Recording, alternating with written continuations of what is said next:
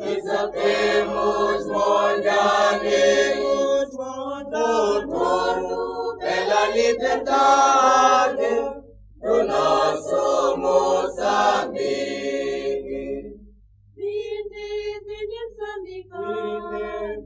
Exaltemos Mondiane, lutando pela liberdade do nosso Moçambique.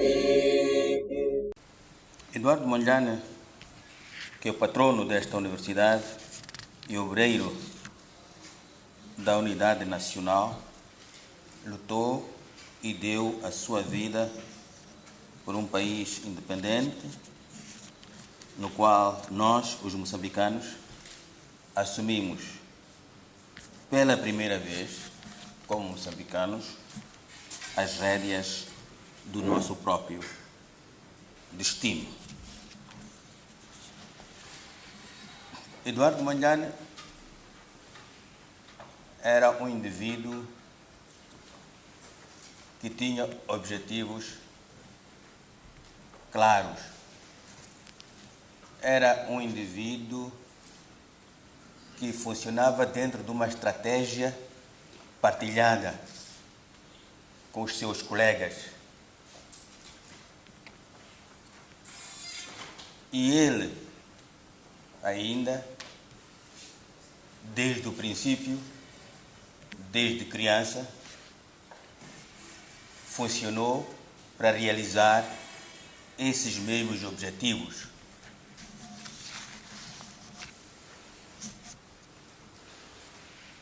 Como pastor, antes de ter a oportunidade de estudar, como nós todos sabemos, influenciado pela mãe, procurou conhecer o mundo de maneira diferente daquela que nós temos nas nossas aldeias, que tínhamos nas nossas aldeias, nas nossas povoações. Assim, começou por estudar o ensino primário em Manjacase, Lourenço Marques, e depois foi fazer o curso de agricultura, básico de agricultura, de Sequeiro, em Inhambane, Cambine, onde também aproveitou trabalhar no sentido de reforçar a amizade e a unidade entre as igrejas protestantes, que eram perseguidas naquele tempo. A missão suíça, que era a igreja dele, IPM, confiou a Eduardo Mondlane a formação de patrulhas, transmitir a experiência na formação de patrulhas. Patrulhas era um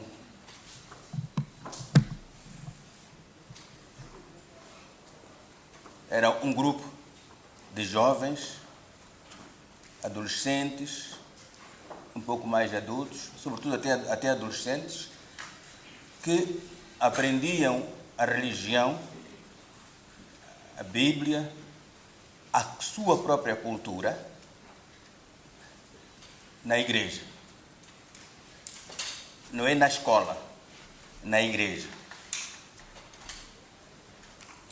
E também aproveitavam habituar-se a ser autossuficientes na sua vida. A patrulha ensinava mais ou menos esses aspectos. Mas mais tarde, Eduardo Mondlane continuou a manifestar a vontade de fazer o ensino secundário. Não lhe era permitido fazer o ensino secundário em Moçambique, até agora não sei porquê. Mas é um facto que havia poucas escolas e é um facto que havia muitíssima discriminação. Com a sua persistência, vai à África do Sul, onde, continuando como catequista, aprendeu o ensino secundário. Naturalmente, como ele era um indivíduo muito brilhante,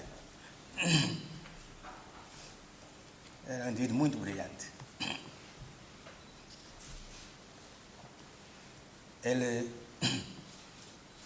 continuou na África do Sul para fazer sociologia. Quando digo que era um indivíduo muito brilhante, ele era brilhante porque ouvia, sabia ouvir, sabia respeitar a pessoa com quem falasse e tirava as conclusões necessárias, se fosse numa reunião, que ajudasse, sem pôr de lado os aspectos que fossem negativos, mas que ajudasse a criar uma equipa para realizar os objetivos que esse grupo tinha.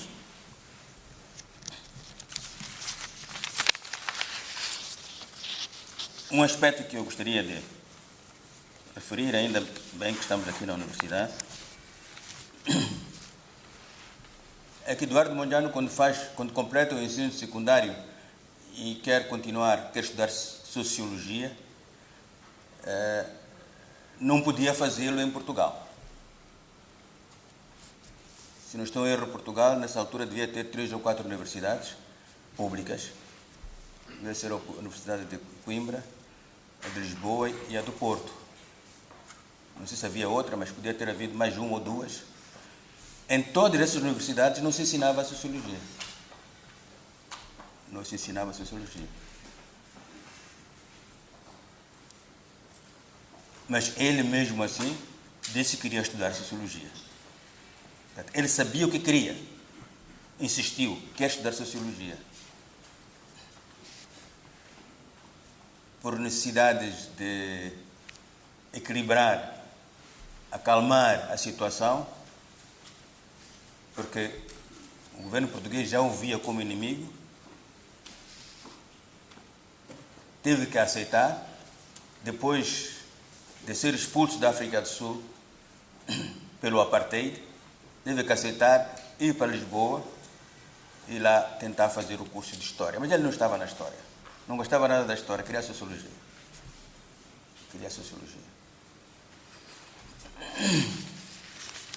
E, finalmente, a sua persistência deu-lhe a oportunidade de receber uma bolsa. O governo português não tinha alternativa para impedir, porque não tinha curso na universidade, e foi para os Estados Unidos, onde onde fez o seu curso de Sociologia, depois de ter feito o primeiro ano na África do Sul.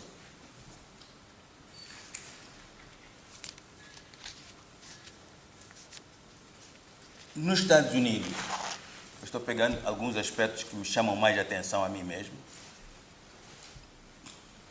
Ele imediatamente se familiariza com a situação e, praticamente, sempre que tivesse um tempo a mais, fazia o trabalho que ele mais gostava, uma espécie de catequista. Discurso. Nos Estados Unidos, as igrejas não estavam divididas como nós tínhamos cá. De modo que podia ir falar com pessoas metodistas, podia falar com anglicanos, podia falar com católicos e outros, sem problema nenhum. E passou quase todo o tempo dele a dedicar-se nessa missão que ele tinha dado a si próprio.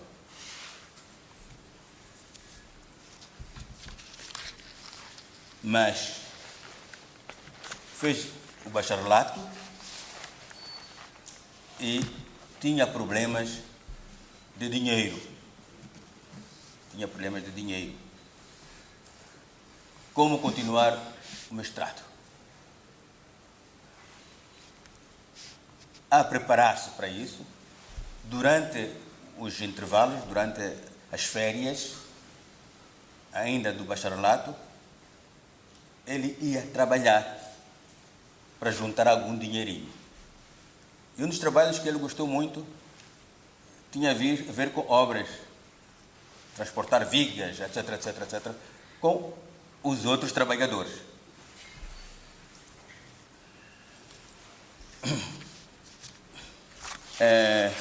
Não sei hoje qual é a situação. Não sei hoje qual é a situação. Mas naqueles tempos,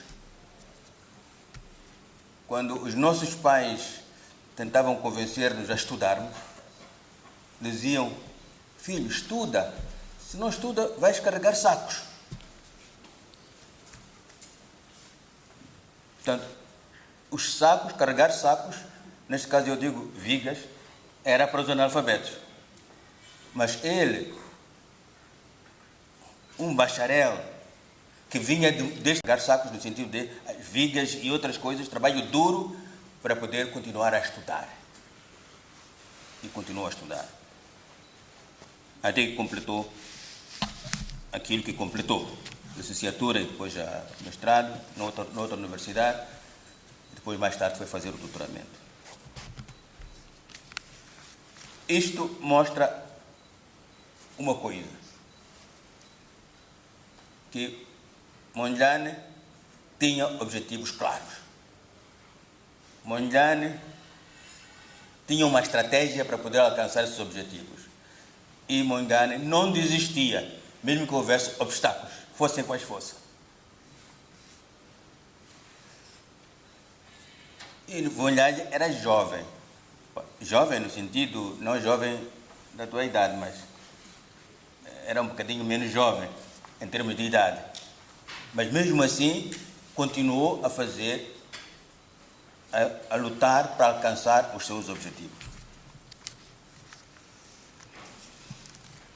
É assim que vemos no Eduardo Mondlane o homem que enfrenta os desafios que tem pela frente com energia, com firmeza, com inteligência e com determinação.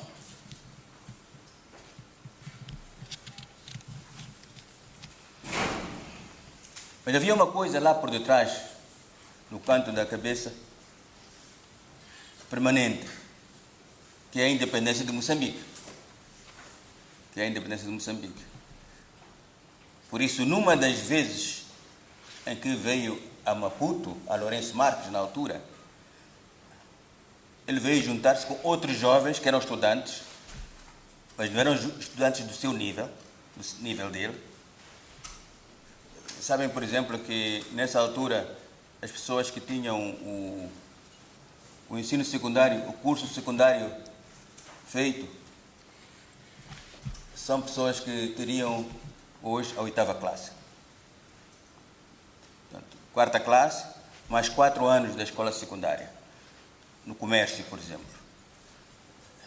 E isso era o mais alto que havia em termos de negros em Moçambique formados. No tempo do Mondlane, 40 e tal.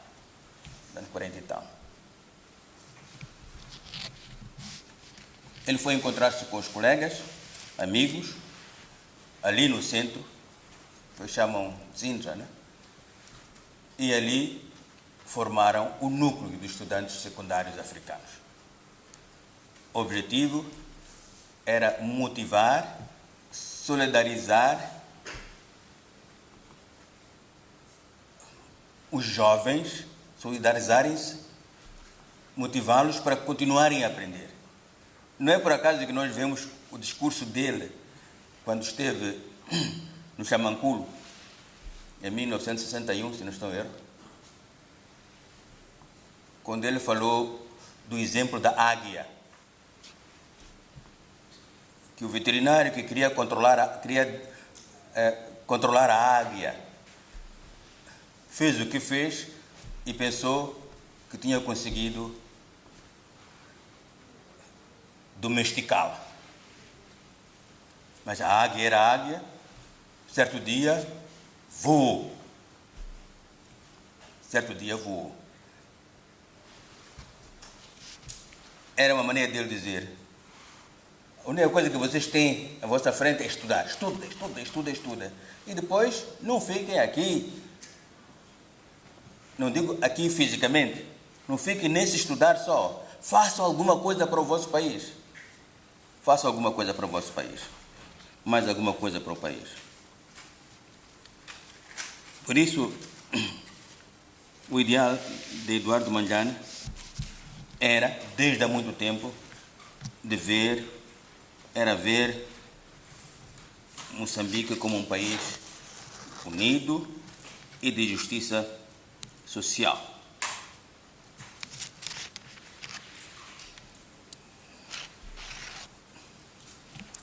E, como ela era quase jovem, devia ter cerca de 40 anos, se não estiver 30 e tal, 40 anos, ele fazia isso junto dos jovens. Aqui, na África do Sul, também fez a mesma coisa, naquela zona onde ele fez o ensino secundário. Mais tarde, temos a Frelimo, que é criada também pelo presidente Mondlane. Há muitas vezes, muitas coisas que se dizem que Mondlane não foi ele, foi outro, não foi ele, foi outro, etc, etc.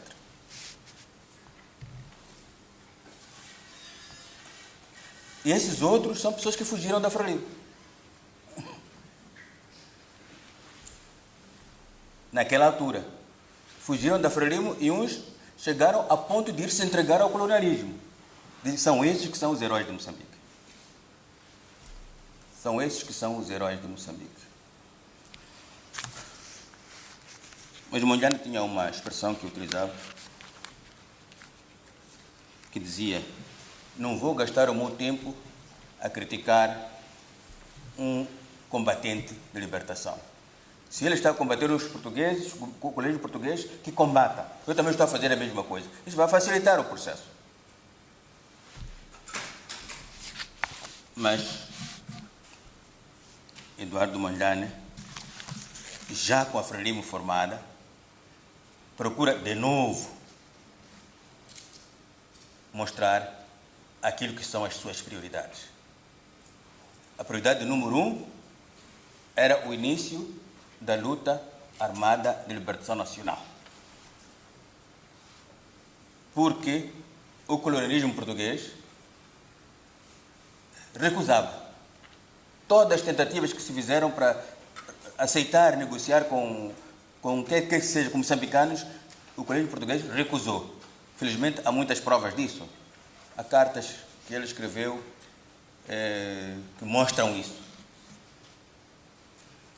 Então eu disse: bom, como não conseguimos resolver o problema pela via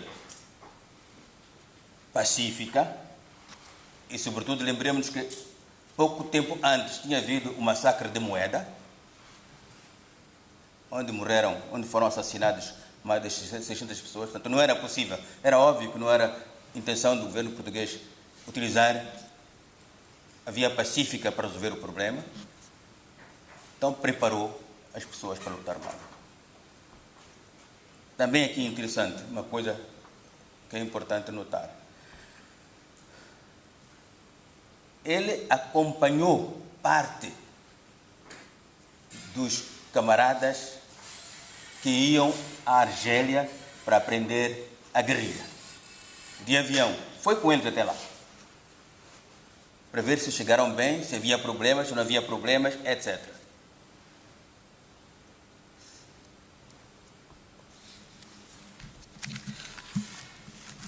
Mas criada a Frelimo, e quando se começam a preparar os soldados, os guerrilheiros, para fazerem o combate, muitas vozes aparecem. Vozes que achavam que Eduardo Mondlane não queria a libertação de Moçambique.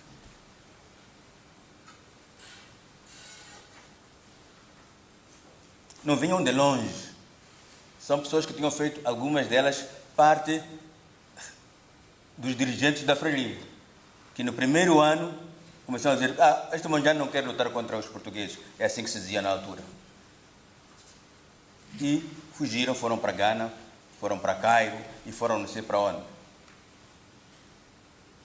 Enquanto Mondlane estava a preparar as condições para combater o colonialismo de armas na mão.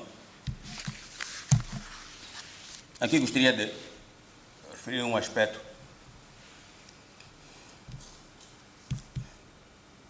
Eu quando cheguei a Bagamoyo, em 1965, Bagamoyo era um campo de treino. Era o primeiro campo de treino onde se dizia que é para as pessoas ficarem mais maduras. Quando chega a Bagamoyo, nós treinávamos usando paus a passar por armas, como se fossem armas.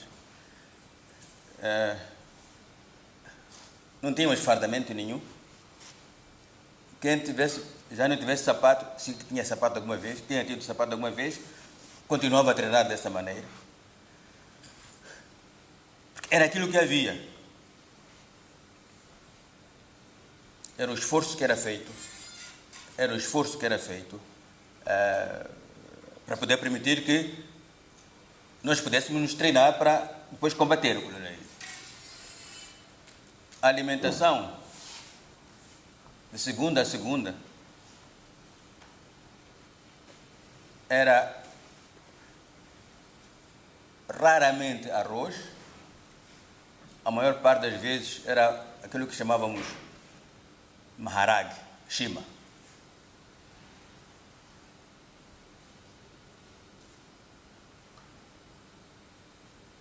E depois feijão. Maharag é que é feijão. Todos os dias, segunda a segunda. Cansa. Mas aprendemos assim.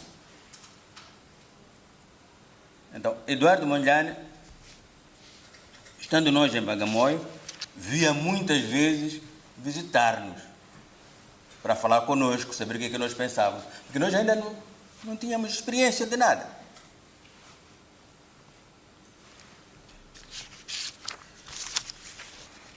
E, finalmente, não estou a falar da experiência da luta de libertação nacional, estou a falar de Mondlane, não quero perder esse foco. Quando chegamos na Xinguéia, era um novo campo. Nesse campo não havia água. Havia água. Não havia água. Era uma zona seca.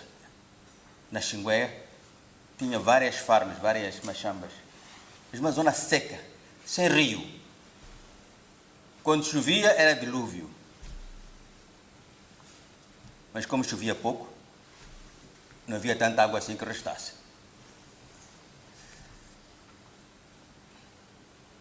Uma parte.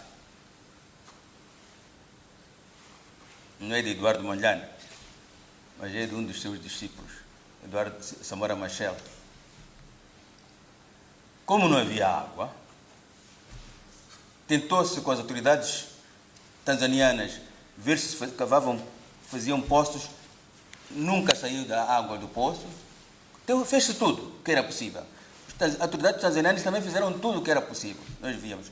Mas na Xinguéia tinha vantagem, estava perto da nossa fronteira. Já tinha começado a luta armada nessa altura. Então, certa vez, Samora Machel diz: camaradas, a água está na nossa cabeça. Cavem a cabeça e vão ver que vamos descobrir a água. Ele já tinha feito, tinha acabado já. Então, no dia seguinte, começamos a fazer poços.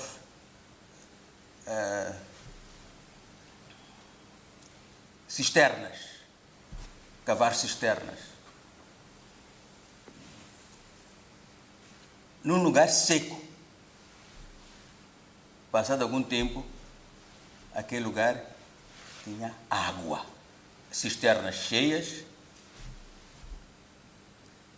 as machambas com água que chegava, até se fez um tanque, que depois mais tarde se deu o nome de Tanque Samora Machel, para celebrar os 40 anos que ele fazia. Ali não havia falta de nada fresco, couves, alface, etc, etc, etc. Estava tudo lá, preparado por nós. Mas à volta da farma não havia nada. Na volta da farma não havia nada. E é lá então onde se deu aquele problema de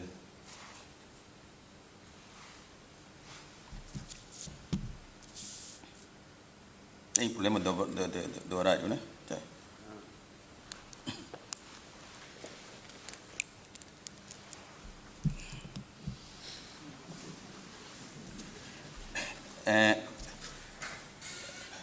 Quando traziam de manhã alface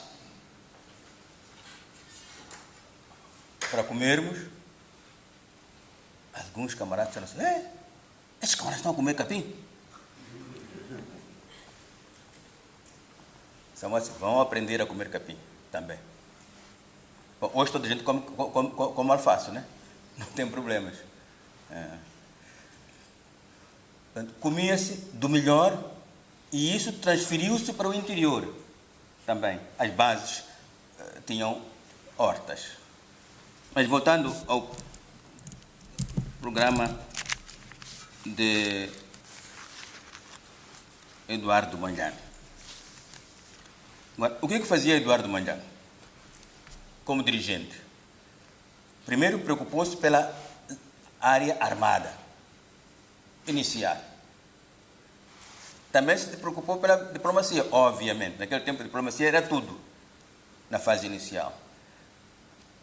E depois preocupou-se pela formação.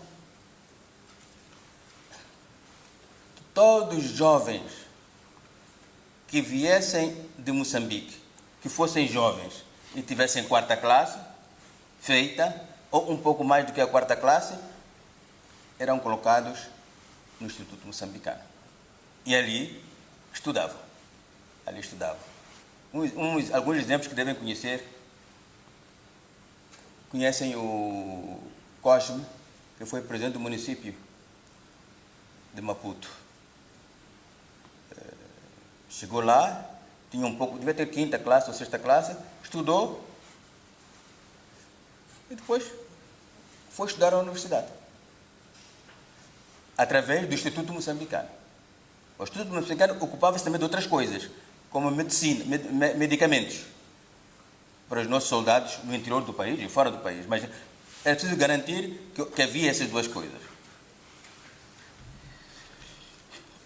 Eduardo Mondlane, nesse processo, não deixou de estar próximo dos alunos.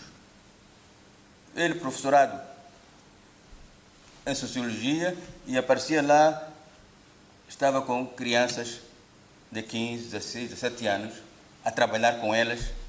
Quando houvesse um bailezito qualquer lá, ele dançava também com as crianças, para mostrar que eu sou parte. Dançava também com as crianças. E na Xinguéia, por exemplo, ele participava nos jogos de futebol. Ele chutava a bola. Então entrava lá, sem vergonha nenhuma, e jogava.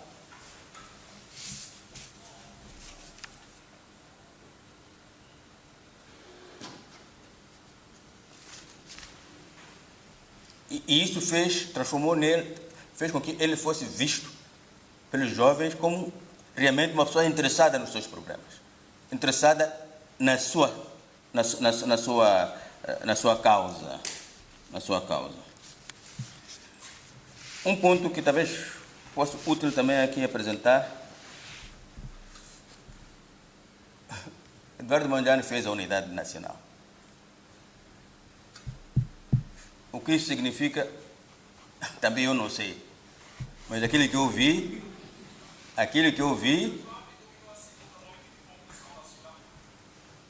aquilo que eu vi foi uma grande obra.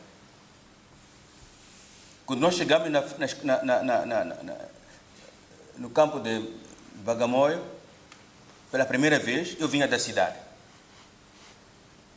Pela primeira vez estava num lugar onde, para falarmos na formatura, tinha que haver 3, 4 intérpretes. E eu não convenço, realmente temos um problema. Alguém falava em português, depois passava português para outra língua, depois para outra língua, depois para outra língua, depois para outra língua. E alguns começaram a querer reclamar. Estamos a passar tempo. Era mais prático fazer isso, depois isso podemos fazer mais tarde. Lá. Não, senhora, a unidade nacional é passemos pela dificuldade que você chama tempo e outros chama dificuldade de entender a língua portuguesa para podermos nos sentir com a mesma causa. E esse programa foi até Eduardo Mondlane. Aliás, num dos artigos que ele escreveu, ele referia que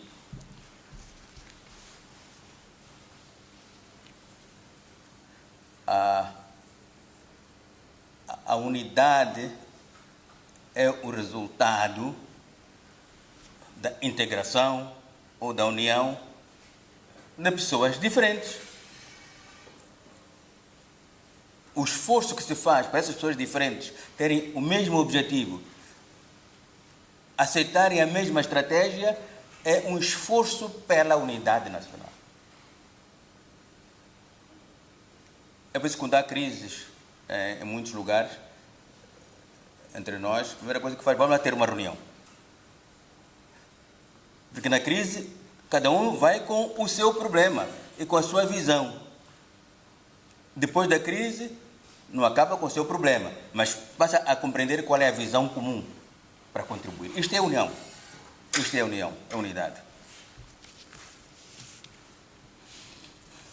Então, juntou-nos e ficamos os mesmos. Não acabou, obviamente. Não há nada que acaba. Uma coisa como uma situação social não acaba.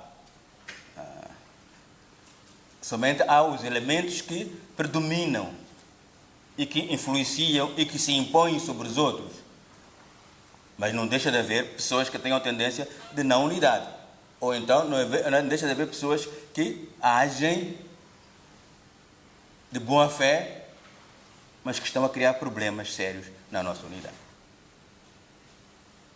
Por isso, a unidade é uma canção que se deve cantar todos os dias. Se fosse católico, é o Pai Nosso. Todos os dias. Se não faz todos os dias, é contigo. Mas pelo menos ao domingo, há a dizer Pai Nosso. Eu não digo, mas Pai Nosso, mas sempre fala-se disso, sempre, já chega, já chegou. Não. Deve continuar sempre. A unidade também é uma canção diária de todos nós, como moçambicanos.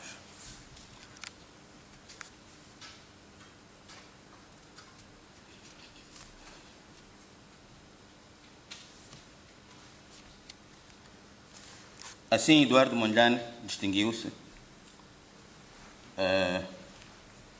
sempre pela sua capacidade de liderança nos movimentos associativos juvenis, na igreja e nos círculos estudantis. E fazia isso com carisma e humildade. A obra principal dele foi a de agregar os vários movimentos, eu como seguiria também as várias tribos através dos movimentos, as várias raças através dos movimentos, congregar num movimento de libertação, numa única frente, a Frente de Libertação de Moçambique. que conduziu a luta de libertação nacional até a conquista da independência nacional. É por causa disso que Mondlane é assassinado. Como é que este conseguiu trazer esta gente toda diferente? Com ideias e ideais diferentes, mas queriam independência. E transformou aquilo num centro à volta do qual os moçambicanos gravitavam e à volta do qual todos os moçambicanos lutavam como elemento para conquistar a nossa independência.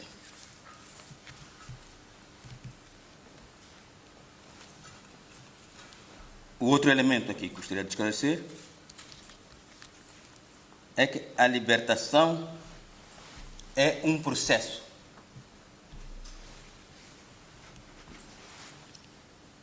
De preferência popular, prolongado e multidimensional. Às vezes encontro-me com os meus netos e fazem perguntas, naturalmente. Eu gosto muito de ouvir as perguntas deles. Antes eram os filhos, agora são os netos, os sobrinhos, etc, etc. Dizem assim, mas se o avô está a dizer que os portugueses eram poucos e nós éramos muitos, por que passou tanto tempo sem nós conquistarmos a independência?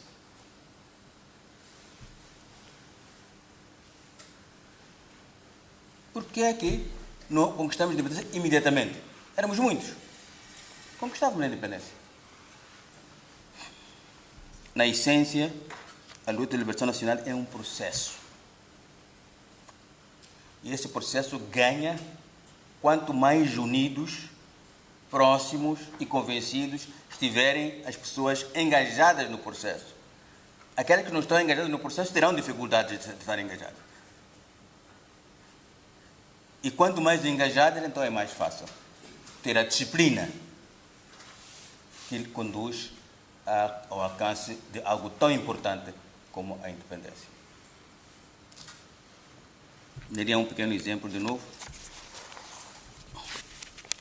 A técnica, a tática do colonismo português, mesmo depois de conquistar do golpe de Estado em Portugal em abril, era dizer, já há o golpe de Estado, o governo colonial já não temos, por isso mesmo, vocês venham cá, vamos conversar.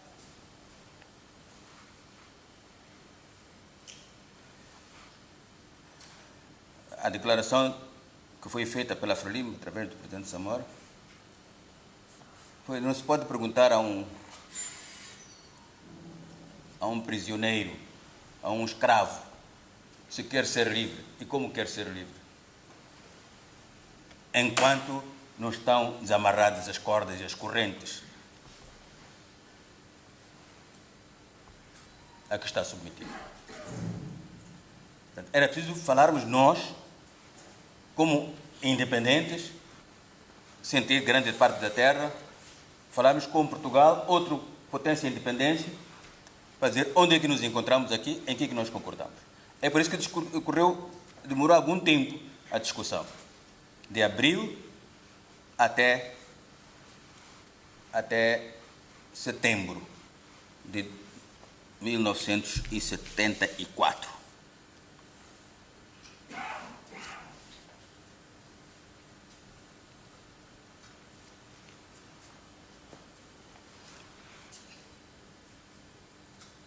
Nesse processo, Mondlane insistia, falava, dizia que é verdade, nós estamos a avançar. Temos zonas libertadas em Cabo Delgado, temos zonas libertadas em Niassa, temos zonas libertadas em Tete, estamos a alcançar Manica e Sofala, mas seria bom que toda a gente tivesse oportunidade de participar nesse processo. Assim teríamos paz. Assim teríamos paz. Ele perdeu a vida, não sei o que ele pensaria hoje. Muita gente pergunta, mas o que ele pensava? Se ele estivesse, havia de ser isto. Aquilo que ele podia produzir enquanto estava é isto, é a independência. Queremos mais do que isso? Aquilo que nós podíamos querer que ele fizesse, ele já fez. Fez as coisas que permitiram trazer uma universidade, permitiram libertar todo o povo, etc. Agora é a nossa responsabilidade. Assumamos a nossa responsabilidade. Não passemos para o banjano, coitado. Ele já fez o que fez.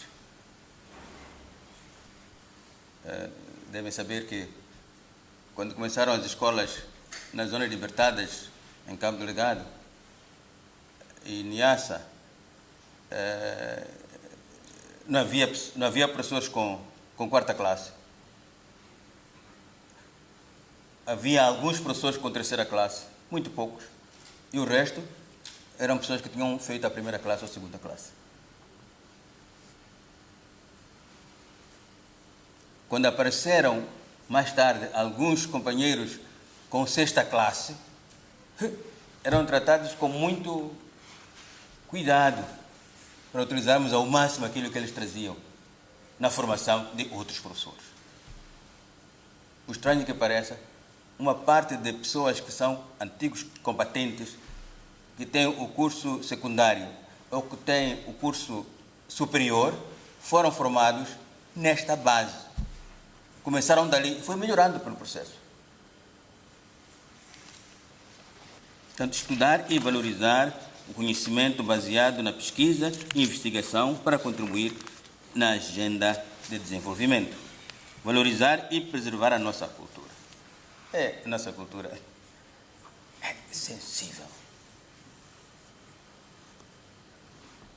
Às vezes ouço pela rádio, às vezes também pela televisão vejo alguém dizer: nós temos dificuldades de tomar antirretrovirais por causa da nossa cultura.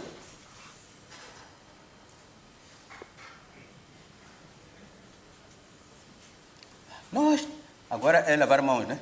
Nós temos dificuldade de lavar mãos por causa da nossa cultura. A nossa cultura não permite isso. A nossa cultura? Cultura é aquilo que somos, que nos foi transmitido ao longo do tempo. E até hoje continuamos a receber e a aprender.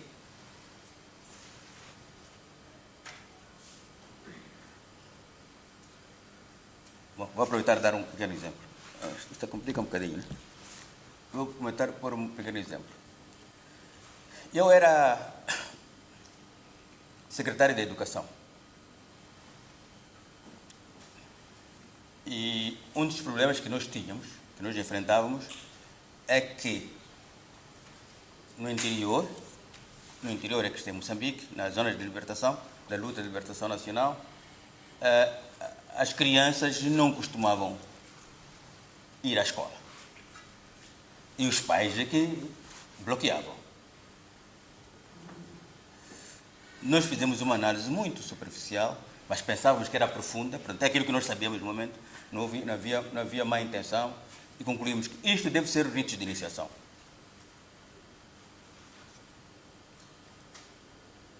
Ritos de iniciação é que fazem com que as crianças não queiram ir à escola. Concluímos, felizmente, mais tarde, não muito mais tarde, de que não era a melhor abordagem. Os ritos de iniciação são elemento essencial nas zonas onde eles são realizados. Fundamental. Autoestima. Portanto, os ritos de iniciação não devem ser combatidos.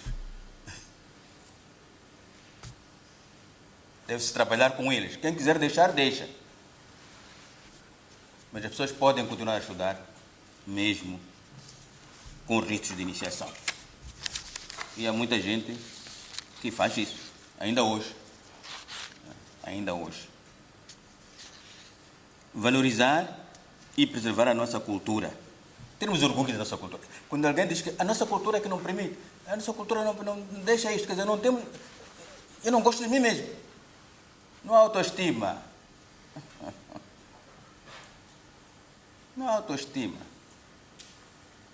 Uma vez assisti a uma palestra, no tempo colonial ainda, ali na antiga Associação dos Naturais. A Associação dos Naturais fica na 24 de julho, no princípio do quintal da casa do presidente do município, oficial. Estão a ver onde é?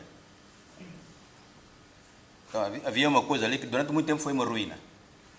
Então, ali é onde se reuniam os moçambicanos brancos para discutirem os seus problemas. Discutirem sobre, quer dizer, para falarem de coisas assim, para ocupar o seu tempo. E uma vez disseram que havia uma conferência lá, uma reunião, uma palestra, e nós outros fomos, deixaram-nos entrar.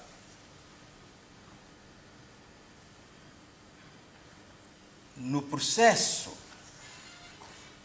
da apresentação da conferência, a pessoa que ia falando, que era um negro, a mim é indiferente dizer negro, dizer preto. Para mim, eu não fico nada ofendido até. Preto sou, negro sou. A esse propósito, voltarei para aqui. Uma vez eu estava a andar aí, a ler, lia-se muito naquele tempo. Agora também penso que se lê mais, não é?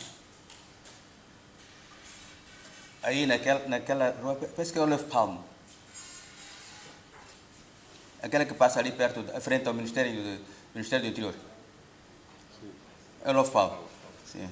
Eu vim aí do Teatro Avenida. Do Teatro Avenida não, quer dizer, vinha do Alto Maé. Estava a ler, mas pisando o passeio. E quando chego naquela esquina, distraí-me, não reparei se vinha um carro, se não vinha, continuei a andar. E logo de repente vejo alguém a travar. Bom, continuei a andar e sai de lá um senhor. Eu sou preto. Eu rio. Se o senhor está a dizer uma verdade, que tem problema? Se queria me insultar, não é com isso. Não é com isso que me insulta. Mas voltando ao... Ele era um negro. Já não está. E fala. O ponto era como garantir a unidade nacional. Está a ver? Entre colonos e colonizados. Como é que se unem? Um está no quintal, o outro está dentro da casa. Como é que se unem? E ele dizia assim: para conseguir a unidade nacional é preciso banir estas línguas babilônicas. Bom, banir é banir. Línguas são línguas. Babilônicas deve estar... Terceiramente, eu sei que ele estava a buscar esse exemplo, né? Aquela torre da Babilônia que se construiu, que se queria atingir o céu.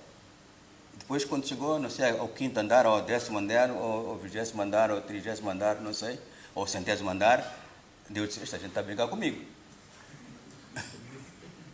Cada um começa a falar a sua língua. Como não se entendiam, pronto, acabou. Não se conseguiu chegar a Deus naquele dia, daquela vez. Então, eles, quando tocam a nossa cultura, tocam em coisas como também a nossa língua. A língua não é a língua de maioria, não é a língua de minoria. A língua que a pessoa utiliza para se comunicar. Naturalmente, há línguas que têm uma maior vantagem. Neste caso, a nossa língua portuguesa, porque comunica todos os moçambicanos. É uma língua de unidade, a certo ponto. Mas isso não deve pôr em causa as nossas línguas. Não. Como também não deve pôr em causa a nossa cultura. Nossa cultura é algo de que nós nos devemos orgulhar.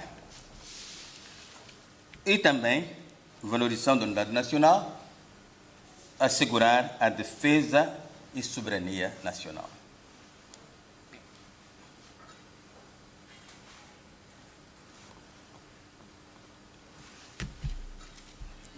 O desafio hoje,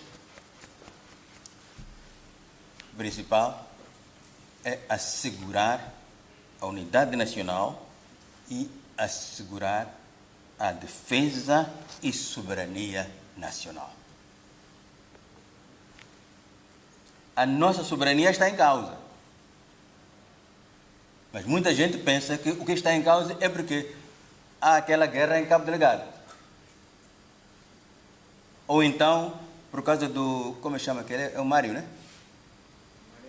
Mariano Nhong. Isso também. Mas é que o nosso discurso virou. Nós estamos inseguros. Deixamos de acreditar em nós mesmos. Quando nós tivemos a situação da Renamo, 16 anos e mais 2 anos, não deixamos de acreditar que Moçambique era nosso e que nós havíamos de vencer. Agora, às vezes, começam a aparecer algumas vozes a duvidar. Esse é o desafio que eu ponho à nossa juventude. Acreditar que vamos vencer.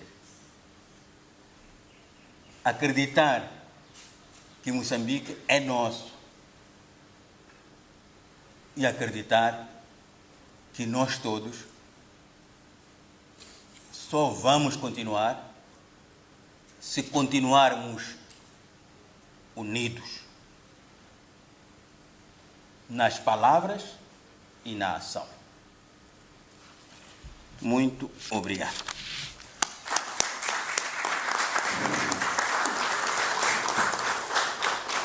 Dez anos depois, Sr. Presidente, sente que os jovens estão a virar, estão a fazer a viragem que se esperava.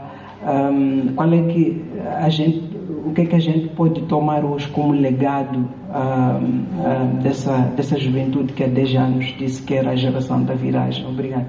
Hoje nós tínhamos um ideal claro da independência e hoje a juventude, num tempo onde o neoliberalismo toma conta, como é que nós podemos imortalizar Eduardo Mondlane perante essas todas as ameaças, a soberania e outras coisas? Obrigado.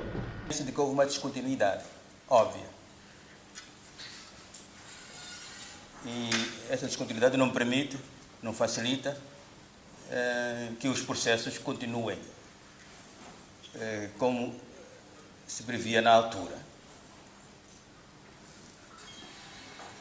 Por isso, tomemos a viragem mais como algo que reforça a nossa determinação de fazer com que os objetivos de Mondlane, os objetivos que temos na Constituição também, bem explanadas, possam ser realizados. E qual é o desafio de cada um de nós, sobretudo os jovens que têm muita energia, na realização desse mesmo objetivo. De que maneira, jovens da viragem eram jovens que haviam de continuar a garantir a unidade dos moçambicanos. Não é só dos jovens. E que haviam de garantir também a realização das ações que levassem ao nosso desenvolvimento. Na altura falávamos mais do combate à pobreza. E combate à pobreza não pode ser visto como se fosse algo simples, até porque a pobreza é algo que se prolonga por muito tempo. Mas também, já agora aproveito lembrar uma coisa: nós não estamos sozinhos no mundo. Não estamos sozinhos no mundo.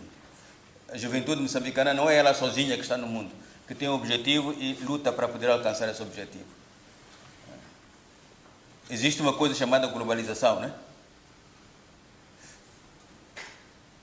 Enquanto a globalização quer engolir-nos, nós não queremos deixar de ser nós próprios e queremos beneficiar daqueles aspectos que a globalização traz, tecnológicos, etc. Por isso, é fundamental que a juventude tenha a cultura própria. Porque a cultura não é reacionária. O reacionário é aquele que rejeita o progresso, não é? A cultura não é reacionária. A cultura é muito progressista. Aceita os elementos que ela considera que serem positivos das outras culturas, mas as pessoas permanecem elas próprias. Nós temos exemplo aqui em Moçambique da assimilação. No tempo colonial, quando os portugueses viram que estavam sendo pressionados para libertar as colônias, começaram a dizer: que colônias? São moçambicanos, são portugueses. Através da assimilação. Através da assimilação. De facto, nunca conseguiram que fôssemos de facto assimilados, mas enganaram muita gente com isso, de fora. Ora, a globalização que não nos assimile. Nós que assimilemos os aspectos da globalização que nos são vantajosos, mas temos que ser nós, sem deixar de ser nós mesmos. É fundamental isso. Já agora, ouvi dizer que há quem propõe, não sei quem é, que os mambas deixem de ser mambas.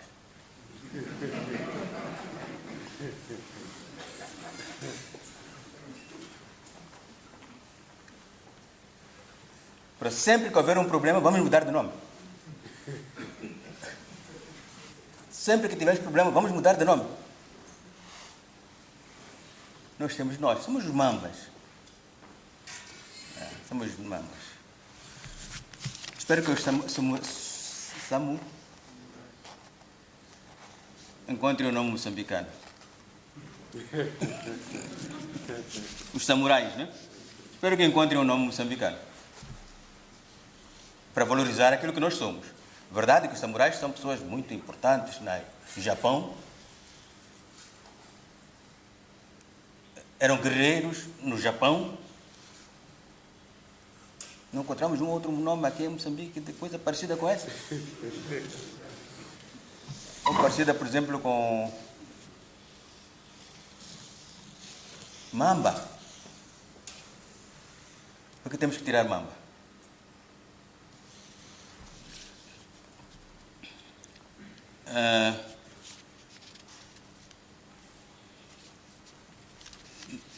Disse aqui que agora o imperialismo está a explorar mais as pessoas, né? Foi sempre assim. Foi sempre assim. O imperialismo é brutal. O imperialismo é brutal. Porque é filho do colonialismo. O colonialismo tirou-nos a independência para nós trabalharmos sem receber nada. Criou a escravatura. Imaginamos nós que é a escravatura hoje? Talvez não. Mas alguém devia explicar. O que é a escravatura? Alguém chega quando nós nos encontramos e tira um de nós, ou dois, ou três, com armas naturalmente, chambuco, vai colocar naqueles navios que estariam à espera aqui no Ponte Cais, chamados negreiros,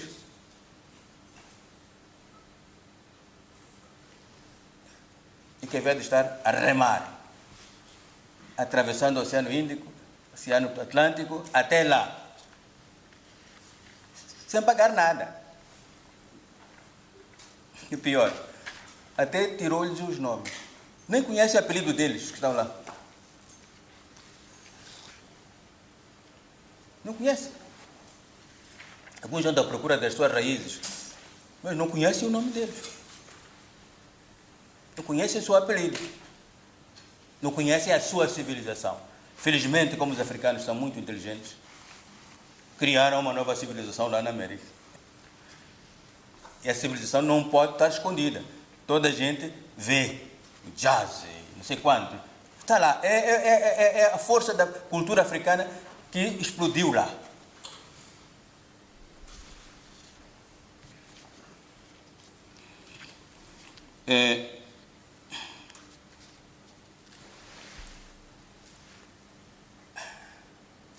O amor pela pátria é algo que se deve alimentar todos os dias. Felizmente nós vemos na rádio, na televisão, em todo lado sempre a falar de Moçambique, Moçambique, Moçambique. Temos constantemente que encontrar conteúdos que ajudam nós a orgulharmos de ser moçambicanos.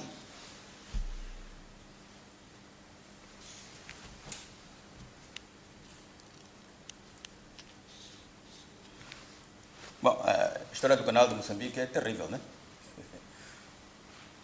Nós lutamos pela independência para queimar jornais, né? Não faz sentido. Não faz sentido. Nós defendemos a liberdade e trabalhemos para que essa liberdade permaneça, porque de contrário é voltar. É aquilo que nós tínhamos no tempo colonial. Não podemos escrever no jornal dos outros, sequer. Agora, quando temos nossos jornais, não podemos escrever também. E quando conseguimos escrever, então tira-se o jornal. Vai escrever aonde? No chão?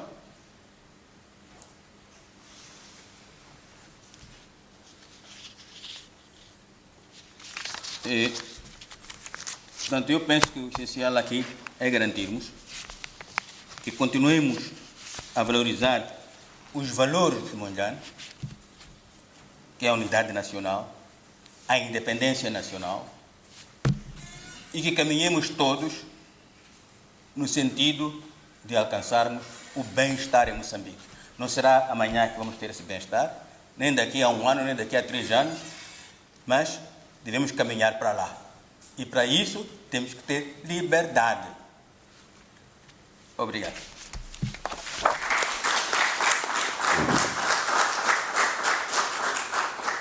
Terminamos esse momento de interação. Exaltemos Monjane, lutando pela liberdade do nosso Moçambique.